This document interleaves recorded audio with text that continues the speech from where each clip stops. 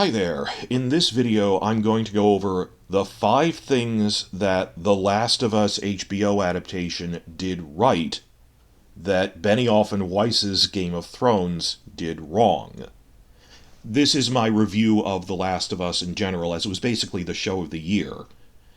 And I realized it breaks down into specifically 5 points that work as a direct comparison against Game of Thrones. Now, if you're new here, this is a Game of Thrones franchise channel, and we did figure out what was going wrong behind the scenes on it, that Benioff and Weiss are literally con men who fake their way into running a major TV show. They are deeply incompetent, and all of the little crazy things going on one season to the next aren't in isolation. They are part of a consistent pattern of they're incompetent, and most of all, they wanted to build up the core celebrity actors to pander them for major awards. Because when you get awards hype, it boosts their own profile as showrunners so they can jump ship and leave for a movie career. So people who are trying to compartmentalize, oh no, it only got bad when the Jon Snow and Daenerys stuff in season 8, that failed for the same reason the Sansa rape stuff did in season 5, or TV Dorn, they wanted to show off Indira Varma, and they didn't plan it out. And this goes back to the pilot episode. And everything becoming one big circle here.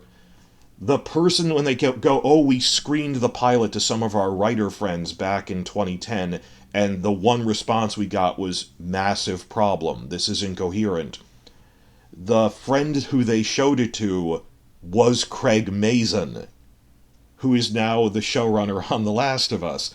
And he did amazing work before that on the Chernobyl miniseries. That's where I first saw his stuff. Really great stuff there. It came right after Game of Thrones Season 8. But for the Game of Thrones fans here, if you haven't seen The Last of Us, you need to check it out. It was Show of the Year for 2023, which was an off year for us.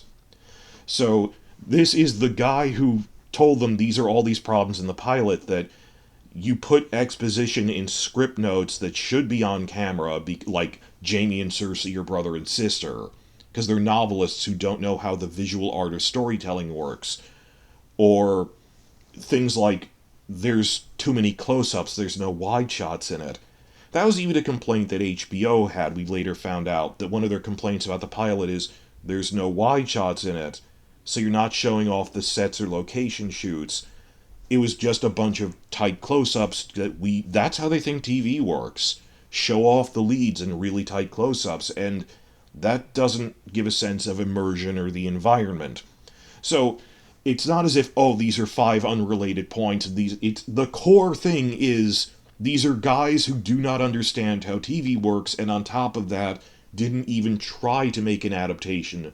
They wanted to pander for awards to boost their profiles, to move on to something else.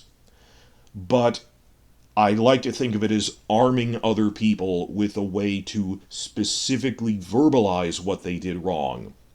It helps to have a point-by-point comparison, or, okay, these are things that The Last of Us did right that they explicitly did wrong, as the HBO show of the year. And House of the Dragon, under entirely new showrunners, has also pretty much learned these things. But to expand to a wider base here, this is just the stuff that applies for The Last of Us. And not just because it's an HBO show, but I realize there's 2 major parallels. First, it is an adaptation. This is relative to source material.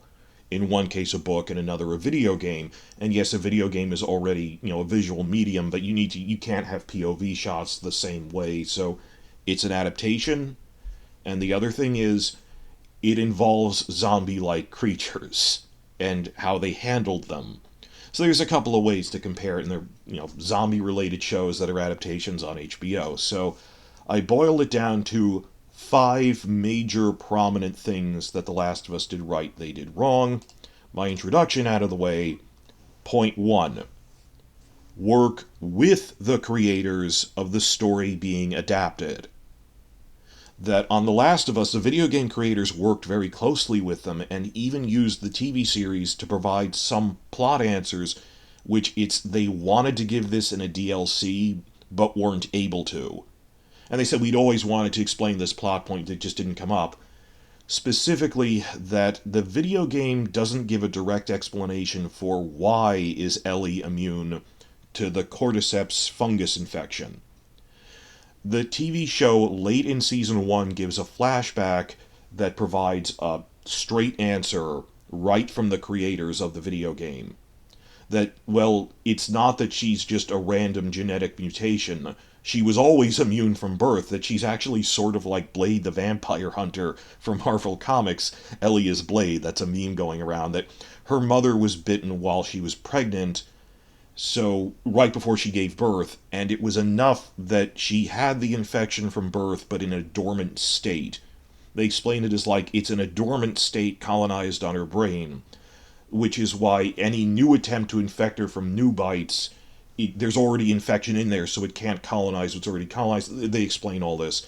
But this is an answer straight from the creators, which they directly said this is a core background mythos thing of why is a central character immune that was meant for a DLC that we just didn't have a chance to do.